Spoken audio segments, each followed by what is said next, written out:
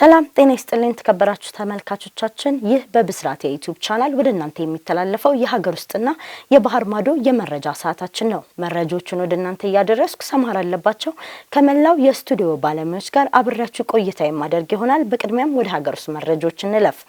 በወራቤ ሆስፒታል አንድ አስደሳች ዜና ተሰምቷል።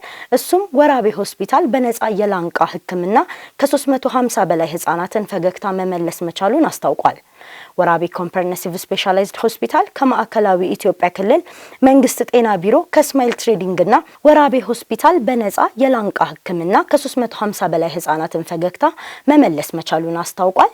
ወራቤ ኮምፕሬሄንሲቭ ስፔሻላይዝድ ሆስፒታል ከማዕከላዊ ኢትዮጵያ ክልል መንግስት ጤና ቢሮ ከስማይል ትሬዲንግ እና ፕሮጀክት ሀረር ጋር በመተባበር በተፈጥሮ የላንቃና የከንፈር መሰንጠቅ ችግር ላለባቸው ነፃ የቀዶ ሕክምና አገልግሎት እየሰጠ እንደሚገኝ በሆስፒታሉ የህዝብ ግንኙነትና ኮሙኒኬሽን ኃላፊ የሆኑት አቶ አብዱል ጀባር አብደላ ለብስራት ሬዲዮ ተናግረዋል።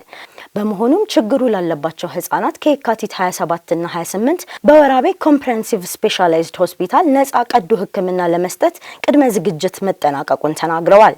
ስለሆነም ማንኛውም በተፈጥሮ የከንፈርና የላንቃ መሰንጠቅ ያለባቸው ህፃናት እንዲሁም በጤና ተቋማት በየመዋቅሩ የተለያዩ ህፃናት ከዘመቻው ቀደም ብለው የካቲት 26 ወራቤ ገብተው በማደር የአገልግሎቱ ተጠቃሚ እንዲሆኑ ጥሪ ቀርቧል።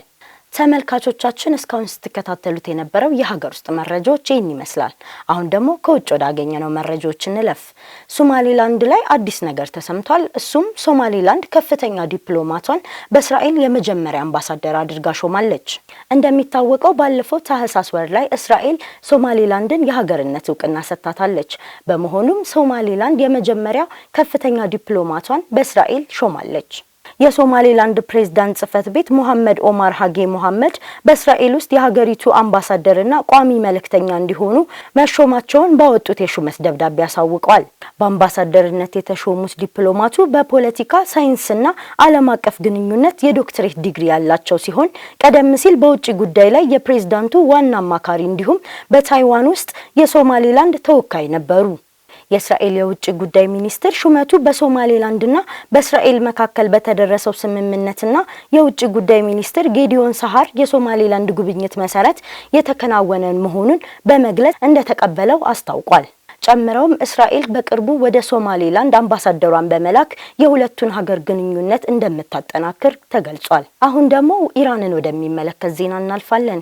ኢራን የሽብር ሰለባ ናት ሲሉ የሀገሪቱ ፕሬዝዳንት ተናገሩ። ትራምፕ የኢራንን አስተዳደር በዓለም ላይ ትልቁ የሽብርተኝነት ስፖንሰር ብለው መጥራታቸውን ተከትሎ የኢራን ፕሬዝዳንት ፔዝሺኪያን ለአስርተ ዓመታት በተለይም የሀገሪቱ የ1979 አብዮትን ተከትሎ በነበሩት ዓመታት በርካታ የኢራን ባለስልጣናት በሽብር ጥቃቶች መገደላቸውን አጉልተዋል። የኛ ትንተና የሚያሳየው ጠላቶቻችን በኢራን ችሎታ ያላቸውና የባለሙያ ኃይሎችን በማስወገድ የሰው ካፒታል እንዲጠፋ ይፈልጋሉ።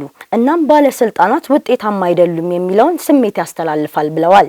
እውነታው በፍትሃዊነት ከታየ ኢራን የሽብርተኝነት ደጋፊ ሳትሆን በአካባቢውና በመላው ዓለም የሽብር ሰለባ ከሆኑት መካከል አንዷ መሆኗን ግልጽ ይሆናል ሲሉ ፕሬዝዳንቱ አክለዋል።